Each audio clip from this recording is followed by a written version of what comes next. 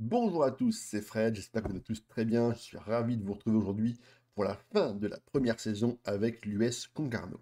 Nous nous étions arrêtés fin février avec une série de 3 très bons résultats à domicile avec des victoires contre Valenciennes, le Paris FC et contre Laval. Et on se devait de continuer notre dynamique et notre spirale positive par des bons résultats sur ce mois de mars. Malheureusement, début mars peut être véritablement une période très creuse pour le club, puisqu'on s'incline 1 but à 0 contre Dunkerque, qui était alors en bas du classement. Un but de Julien Anziani très rapidement en début de match, et on n'a jamais été en mesure de pouvoir reprendre le score pour remonter sur le tableau d'affichage. Derrière, contre le club de Guingamp qu'on avait étrié au match aller, on perd 3 buts à 2 dans le derby breton. Nous avions pourtant à cœur de faire une meilleure prestation, mais malheureusement, les prestations des joueurs n'ont pas été suffisantes pour accrocher un résultat positif. En tout début de rencontre, c'est le joueur Livambo qui était véritable détonateur pour les Guingampais, puisqu'il est l'auteur du premier but de la rencontre sur une très belle passe de Baptiste Guillaume. On va ensuite égaliser à cause d'une mauvaise relance de Lemonnier qui passe la balle là-bas, bas qui transmet à Moisan qui vient frapper fort dans le petit filet opposé. Ça fait un but partout. On va ensuite être de nouveau pris à défaut par Louvambo qui est décalé encore une fois par Baptiste Guillaume qui va centrer fort au point de pénalty et c'est Bonnet tout seul qui peut inscrire le but du 2-1. On va donc revenir à 2-2 grâce à un corner de Pelé bien prolongé par Janez et c'est Louvambo qui malheureusement met la balle dans son propre but. Et en toute fin de rencontre, une très mauvaise relance de notre défense qui est conclue par le joueur breton Picard qui vient frapper une grosse frappe sous la barre. Déplacement ensuite à Pau, où eh bien, on va perdre 1 but à 0 contre une équipe de Pau qui est à peu près dans le ventre mou du championnat. Une rencontre dans laquelle eh bien, on était inoffensif. Hein, les joueurs n'ont pas forcément été très bons, pas catastrophiques, mais pas non plus incroyables. Notre gardien réalise une très bonne performance puisqu'il a la meilleure note de l'équipe. C'est pour preuve du coup qu'on était vraiment en difficulté. Hein. Quand c'est les défenseurs ou le gardien qui ont les meilleures notes, c'est que vraiment offensivement, eh bien, on était très médiocre. Pau remporte ainsi une victoire largement méritée. Ils ont parfaitement réussi à prendre leurs 3 points. Malheureusement, nous, comptablement, ce mois de mars est extrêmement difficile pour le moment. J'avais ensuite un creux de 14 jours pour remobiliser l'équipe. Donc, comme à mon habitude, j'ai fait 2 matchs amicaux contre vraiment des équipes très faibles pour essayer de rapporter aux joueurs eh bien, une note mentale un peu plus importante et leur redonner un peu confiance. Donc victoire contre des équipes locales 9-0 et 12-0. Et derrière, eh bien, ces 2 matchs ont fait du bien aux joueurs puisqu'on s'impose contre Angers 2 buts à 1. Des buts de Bevik Moussiti Oko et bas. À noter que Bevik Moussiti Oko a été la véritable révélation de la fin de saison. Il a été absolument incroyable et grâce à lui, il a quasiment marqué à tous les matchs. Donc c'est un véritable acteur important de notre fin de saison. On prend 3 points importants contre le SCO d'Angers. À l'extérieur, pour le mois d'avril, contre Saint-Etienne, un match où j'étais pas forcément très confiant, eh bien, Oko réalise un magnifique triplé dans un match où il a vraiment dominé entièrement ses adversaires. D'ailleurs, pour preuve, on va voir en image tout de suite ses différentes réalisations. Sur un débordement de Pelé, Oko va récupérer la balle, se jouer tout seul de la défense adverse et sur une frappe certes contrée, marquer le but du 1-0 et tout va se décanter en fin de match puisque à la 85e minute de jeu, c'est Georgen qui va faire un centre très haut et très loin au deuxième poteau pour la tête de Oko pour son doublé. On va ensuite être rejoint au score par, du coup, c'est Masson, c'est ça qui va prendre la balle, dribbler, rentrer et frapper fort dans le but pour la réduction du score 2 buts à 1. Et en fin de rencontre, c'est Gabriel Barès qui va trouver dans la surface Oko qui va pouvoir aller fusiller à bout portant le portier des Verts. Derrière, contre Amiens, un concurrent direct du coup pour les places, on va dire entre 1 et 6, eh bien, défaite 2 buts à 1 avec encore une fois un but de l'inévitable Oko. Ensuite, très bonne série contre QRM, un match où on était pourtant très mal parti puisqu'on a pris un but à la 35e minute de jeu. Mais en toute fin de match, j'ai su faire les bons changements. J'ai joué un jeu très offensif avec quasiment 3 buteurs et un meneur de jeu. Et on a réussi à remarquer un but par Janez sur corner et par Bas en toute fin de rencontre. Une véritable délivrance dans un match où on a vraiment mérité les 3 points. Contre QRM, du coup, on prend des points. Bastia, qui sont absolument catastrophiques cette saison, puisqu'ils sont derniers. On s'impose 4-2 contre les Corses et on leur met vraiment la tête sous l'eau. Tant mieux pour nous, hein, on menait 4-0 et on s'est un peu relâché en fin de match, hein, ce qui arrive très régulièrement sur ce FM. Contre Rodez, très très belle victoire à la maison. Victoire 5-1 avec des buts de Pelé, Barès, Bas et de Fossurier qui marque ainsi son premier but de la saison. À noter la très bonne performance collective de l'équipe, puisqu'en termes de d'XG et de tir cadré, on a été nettement meilleur. Contre Grenoble, victoire à l'extérieur, 2-1, avec des buts de Gabriel Fares et de Hurier, qui a joué très peu de matchs, mais qui a su être extrêmement important pour la fin de la saison. Contre Bordeaux à l'extérieur, les hommes du fameux GG Lopez. Défaite 3-2 à la maison. Un match pour lequel j'aurais quand même aimé prendre des points, mais Bordeaux ont fait preuve d'un match extrêmement solide avec le nombre d'occasions de tirs cadrés qu'ils ont eu. On peut dire qu'ils méritent totalement la prise de leurs 3 points. Et pour conclure la saison, on jouait du coup les leaders du classement, Auxerre, une équipe bien trop forte pour nous, malgré encore une fois un but de Oko.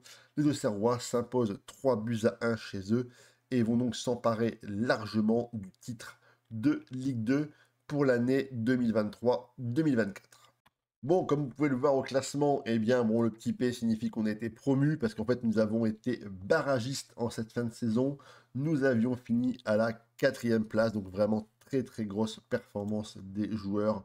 Pour les matchs de barrage, on a reçu à la maison l'équipe de Grenoble qui, eh bien, n'a pas fait un pli contre la puissance des joueurs de l'US Concarneau.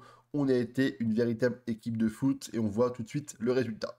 C'est Georgen qui, côté droit, va lancer la première attaque avec Bas qui va contrôler de la poitrine et venir battre le gardien de Grenoble. Ça fait 1-0. Ensuite, c'est Mendy, côté gauche, qui va accélérer, passer pour Bamba, qui va centrer. Et c'est une très très très mauvaise prise de balle de notre gardien qui relance en plein milieu. Donc, terrible erreur du gardien. À ce moment-là, j'ai vraiment eu peur de jouer ma saison sur un véritable coup du sort. Mais sens passe pour Oko qui vient frapper au premier poteau et c'est Maubleu qui est battu. Ça fait 2-1. Ensuite, Brian Pelé qui va transmettre à Oko qui passe en profondeur tout de suite pour Bas, qui contrôle bien et qui vient marquer le but du 3-1 à la 30e minute de jeu. Et on prend ensuite un but sur corner sur une très très très belle tête du défenseur grenoblois. Et en toute fin de rencontre à la 95e minute de jeu, le succès est final avec un but de Gbo pour la victoire 4-2. Contre Amiens pour la demi-finale au stade de la Licorne, Amiens qu'on avait joué quelques jours avant, eh bien on a été plutôt bon, hein, un match plutôt serré, très très peu d'occasions pour les deux équipes, mais c'est Bas qui inscrit le but en toute fin de rencontre à la 85e minute de jeu. Les joueurs amiénois étaient véritablement dépités et dégoûtés sur le terrain. Par contre, pour nous, la belle aventure continue et on se retrouve de ce fait en barrage contre une équipe de Ligue 1. C'est l'équipe de Clermont. Et pour le match à domicile, eh bien, victoire 2-0 avec des buts de Gabriel Barès et de Benjamin Moisan qui fait également lui aussi une très très bonne fin de saison. Nous avons donc une équipe en pleine confiance qui était Concarneau, une équipe un peu déprimée qui était Clermont. Sur une frappe contrée de bas, c'est Barès qui vient inscrire le premier but à bout portant face à Boris Dio. Et en fin de match, c'est Gabriel Barès qui transmet pour Pelé, pour Moisan de la tête, 2-0, victoire extrêmement importante dans ce premier match de barrage à la maison. À noter que le gardien de Clermont, bien sûr, n'est pas Boris Dio, mais Maury Dio. Excusez-moi pour la petite erreur. Et pour le match retour au stade Gabriel Montpied, eh bien, on fait 0 partout. Les Clermontois, malgré qu'ils avaient un score à remonter pour essayer de sauver leur tête en Ligue 1, ont été véritablement inoffensifs. Ils n'ont tout simplement pas vraiment joué au foot. Tant mieux pour nous. Et pour notre première saison à la tête de Concarneau, alors qu'on était positionné comme véritablement bon dernier et prétendant indiscutable à la descente, l'US Concarneau va accéder pour la première fois de son histoire en Ligue 1. Véritable conte de fées pour les joueurs bretons. J'ai vraiment hâte de débuter la prochaine saison, mais j'ai également très peur de ce qui va nous arriver parce que nos joueurs sont malheureusement pas au niveau de la Ligue 1. Déjà, c'était déjà un peu compliqué pour la Ligue 2. On va devoir travailler énormément pour pouvoir essayer, cette fois-ci, de sauver notre tête parmi l'élite du football français. Nous avons eu du coup, en termes de stats, deux joueurs absolument fabuleux, puisque Bevik Moussiti Oko et Pape Ibnou Ba finissent tous les deux la saison avec 24 et 20 buts, ce qui est véritablement une performance de haut vol pour un duo de buteurs. À noter que Isaac Matondo finit lui également avec 12 buts, ce qui est une excellente prestation pour un joueur qui était quand même la plupart du temps quasiment remplaçant. Pour les passes décisives, c'est Brian Pelé qui réalise la bagatelle de 17 passes cette saison, donc il a été vraiment très très bon. Un peu quand même inefficace en termes de buts, puisqu'il a marqué uniquement 3 buts, donc pas forcément marquer des buts et faire des passes, donc il a été vraiment très très bon. Et ensuite, Gabriel Barès et Baptiste Moisan ont été des éléments importants dans la dernière passe pour la création de nos différentes occasions. Qu'est-ce qu'on est content dans FM quand on vit ce genre de saison et ce genre d'émotion. Rien ne présageait en début de saison d'avoir des résultats aussi magnifiques pour le club, les dirigeants et les supporters. En tout cas, on a vraiment fait honneur aux fans de Concarneau puisqu'on réalise du coup la plus belle saison du club depuis sa création. On va donc accéder à la Ligue 1 avec une équipe avec des joueurs qui sont loin d'être au niveau. On a un budget transfert pour l'an prochain de 4 millions d'euros, une masse salariale d'environ 200 ou 300 000 euros, je me souviens plus très bien. Il va donc falloir être extrêmement malin, recruter pas cher, peut-être éventuellement envisager des prêts pour pouvoir recruter des joueurs à potentiel intéressant pour donner du temps de jeu et essayer de nous permettre de nous maintenir dans l'élite. Mais on va devoir également aussi s'appuyer sur des joueurs d'expérience, des joueurs qui ont peut-être déjà connu la Ligue 1 ou des joueurs qui ont eu un passé important pour apporter de l'expérience et du vécu au club.